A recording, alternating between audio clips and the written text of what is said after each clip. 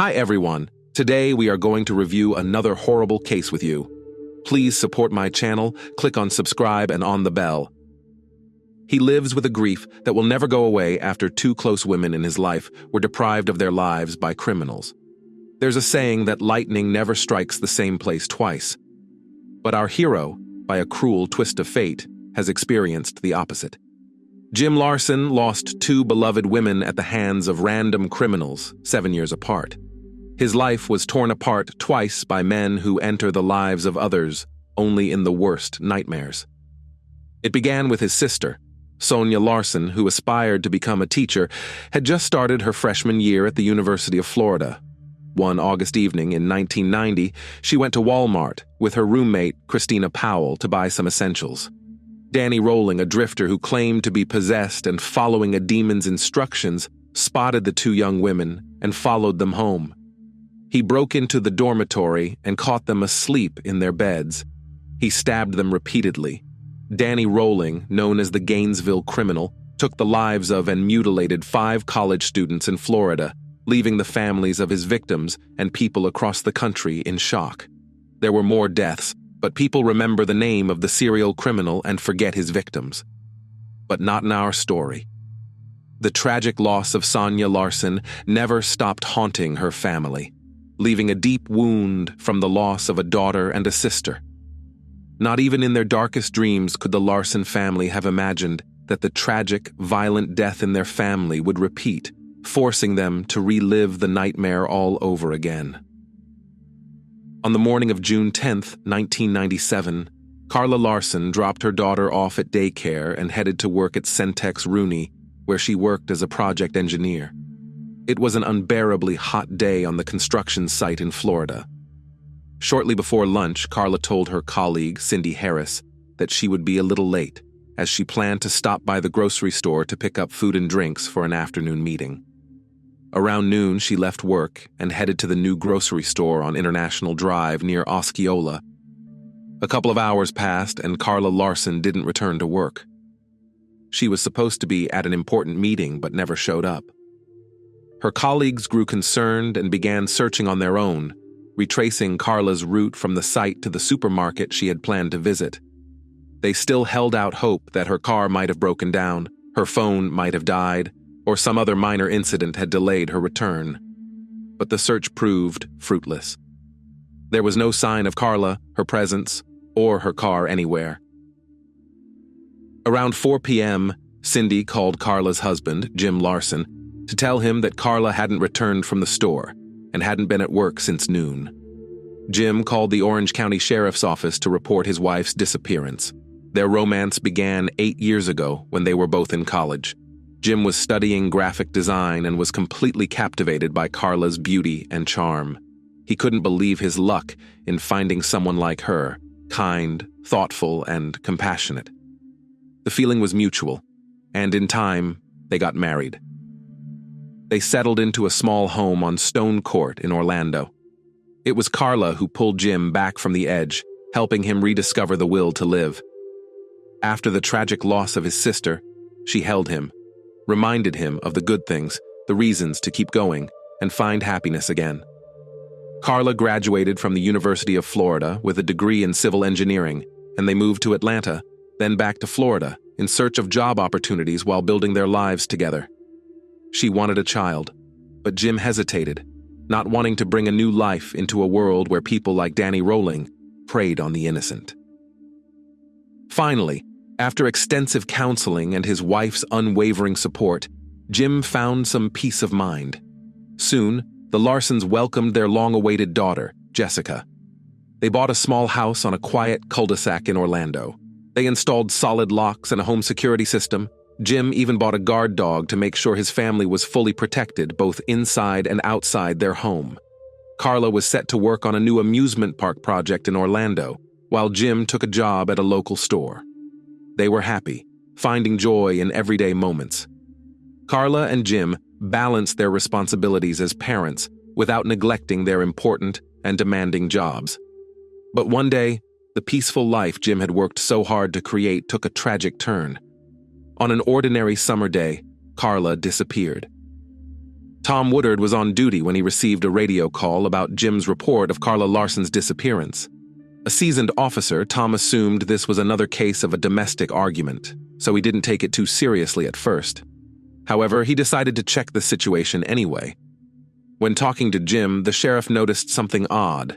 Jim seemed overly anxious and extremely nervous, unlike others he had encountered in similar situations. The sheriff was convinced it was a typical missing persons case, assuming that Carla had either left Jim due to an argument or taken a break to gather her thoughts.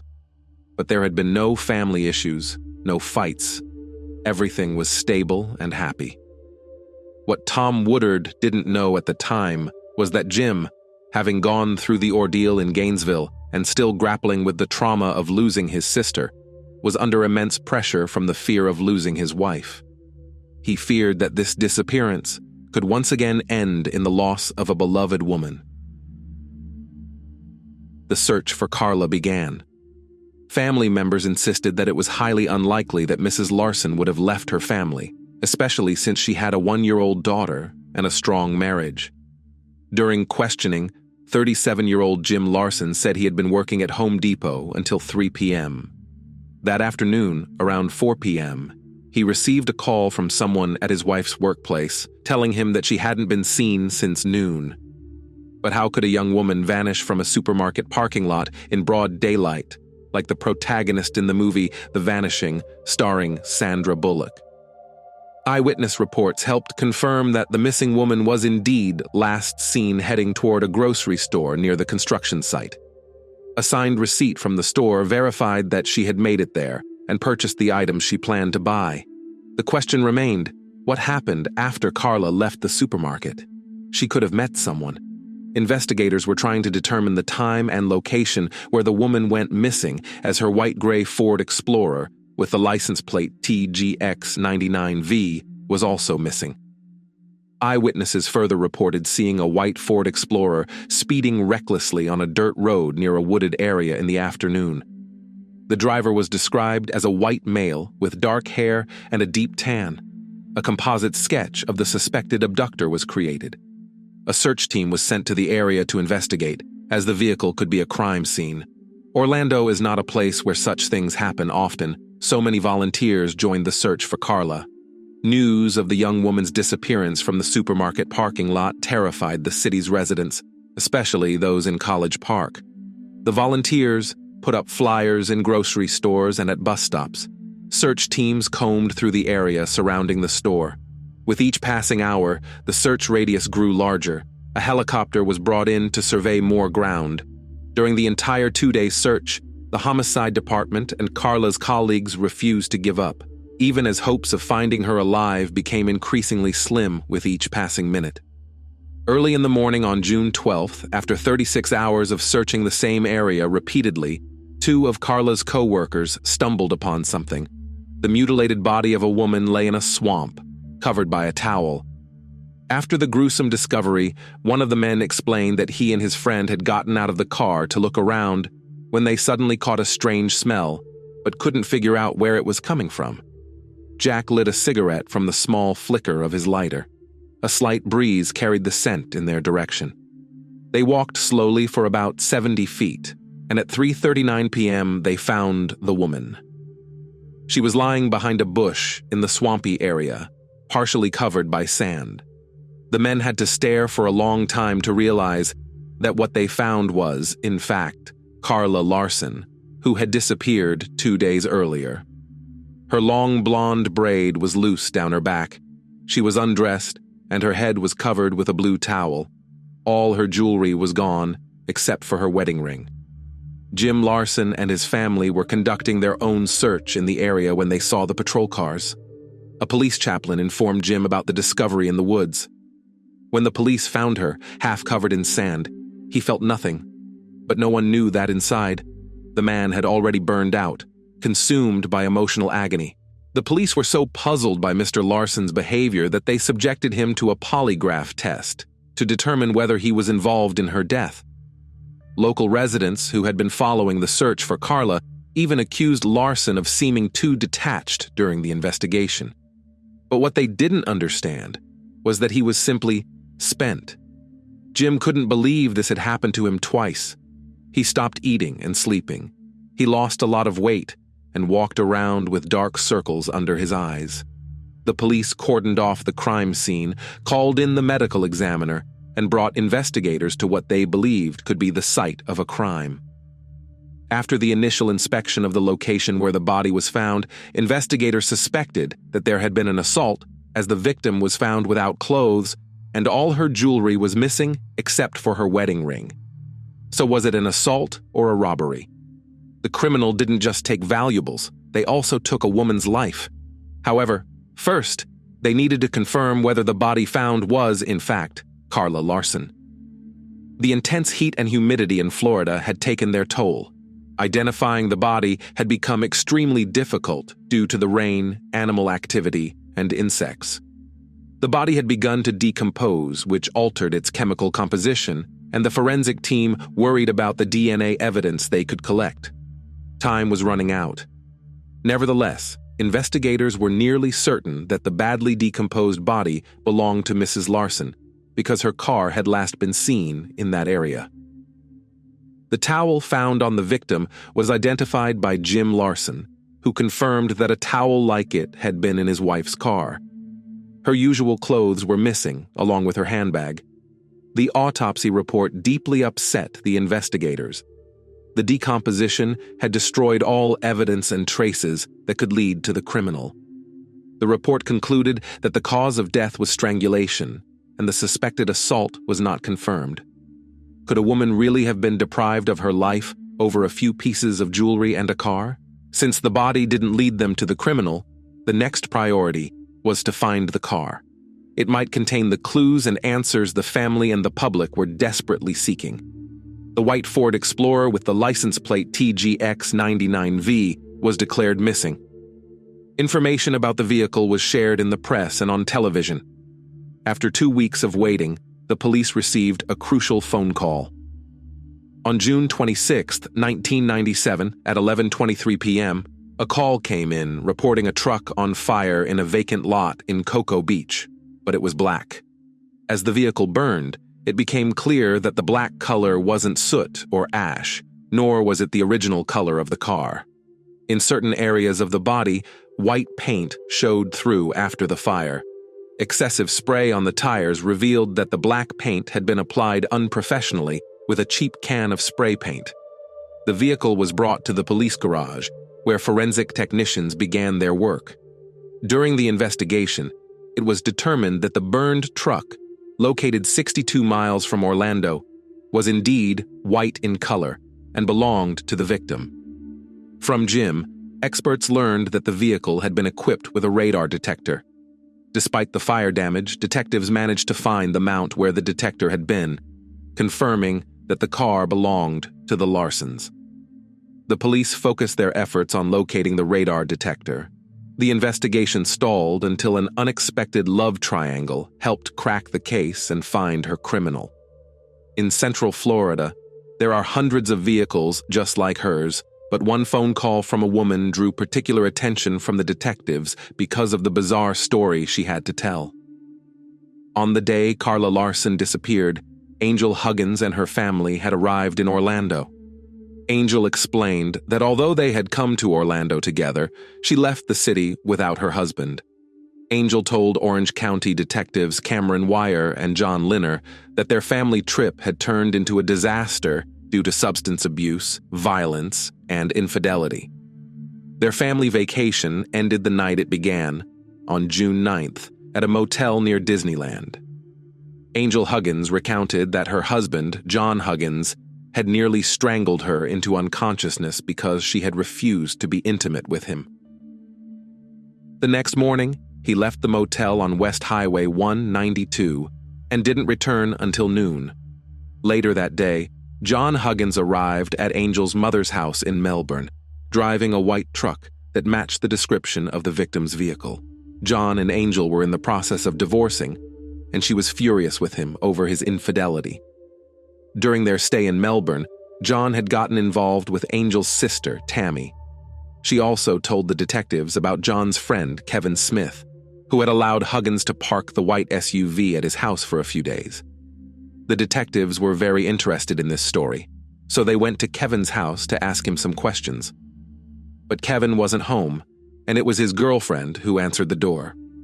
Kim Allred confirmed that a white Ford Explorer had indeed been parked in their driveway for a few days. She was upset because it had been parked in her spot, and at one point, she had lost control of her small truck while driving, crashed into the Ford Explorer, and dented it.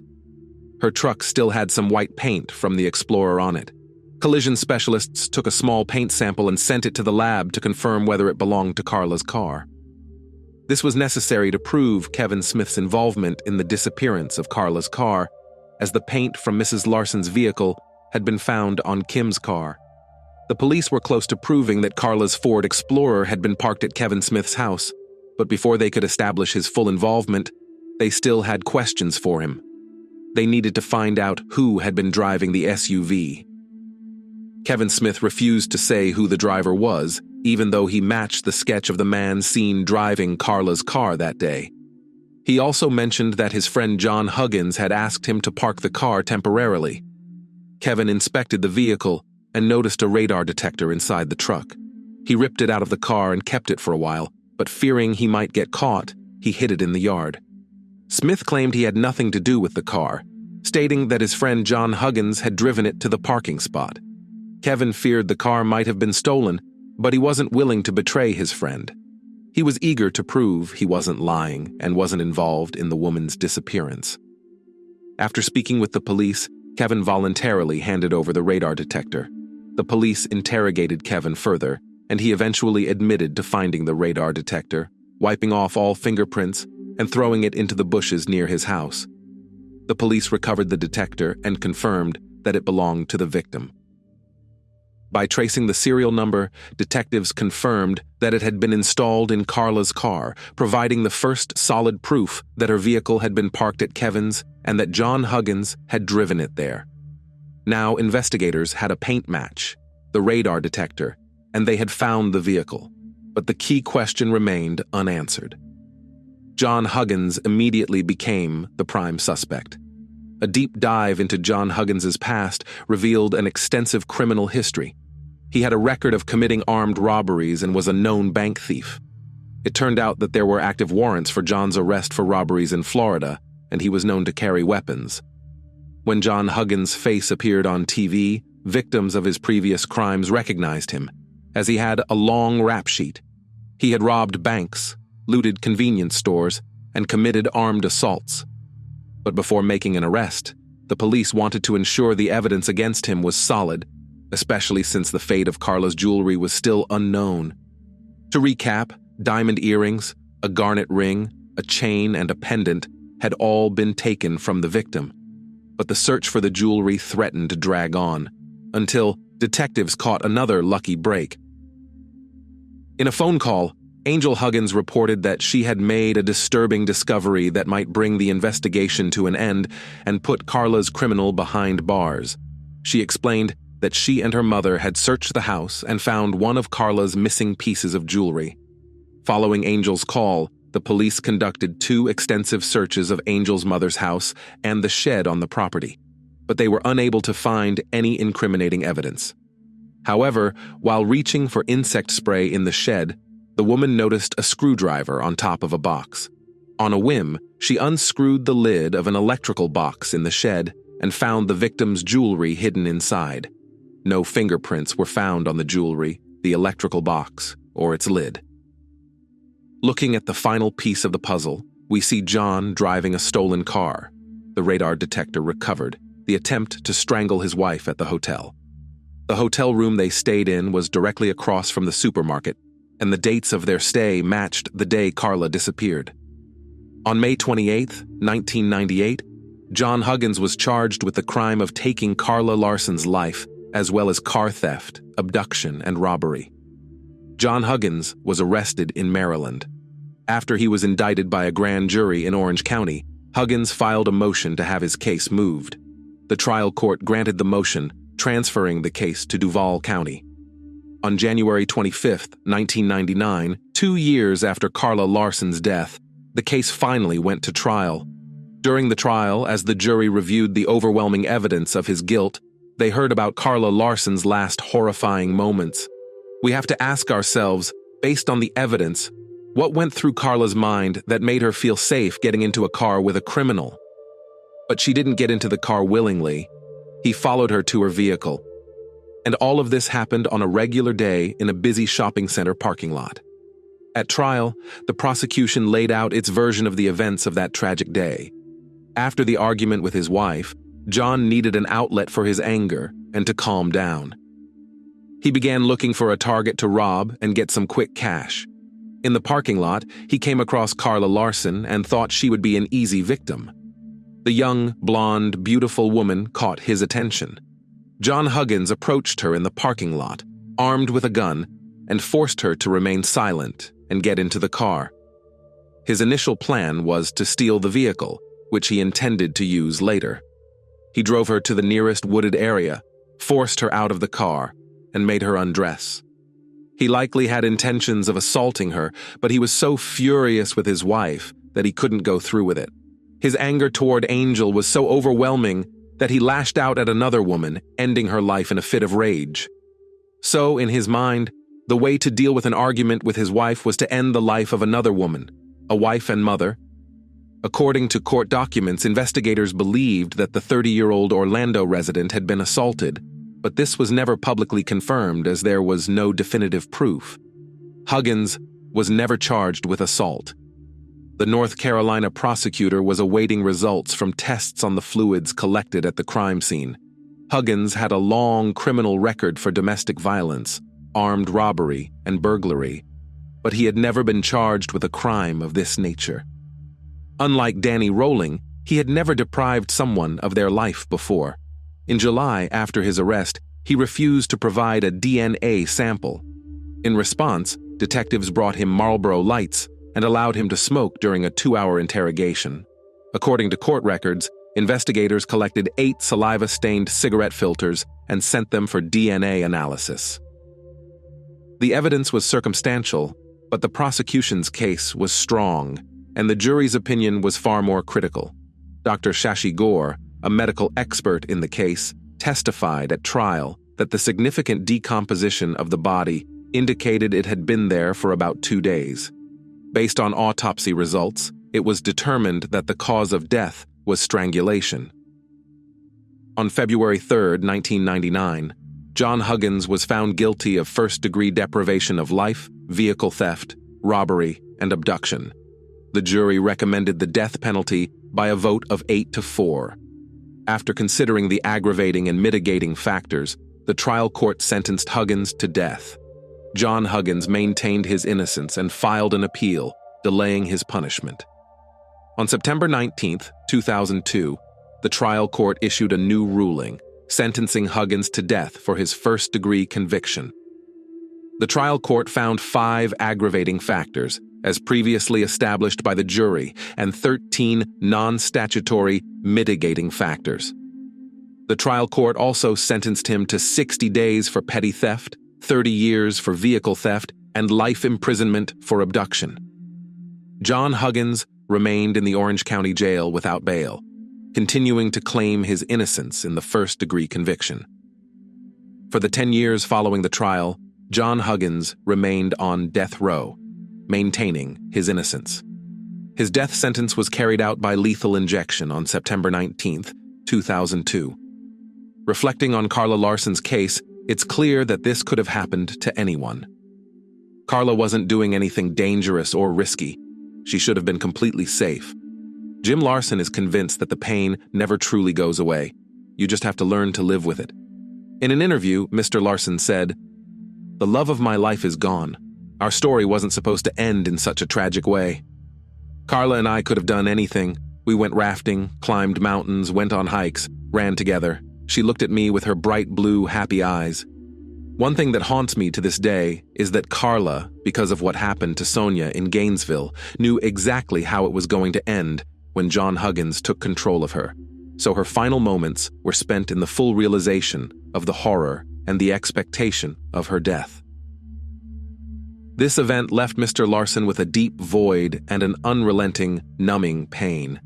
Sitting in the neat living room of his home in a quiet, tree-lined suburb of Orlando, the kind of home most middle-class Americans think of as safe, he continues to fear life.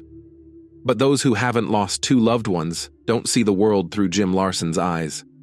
He continues to long for them and sees danger in everything because he still has a daughter to raise. Now, Mr. Larson finds his reason to keep going in his daughter Jessica. He truly believes and hopes that the little girl didn't fully grasp the crimes that took her mother and aunt, and he prays she'll never experience fear and horror again because lightning has already struck him twice, and it won't strike a third time. Thanks for watching, guys. Subscribe to my channel. There are many shocking stories ahead of you.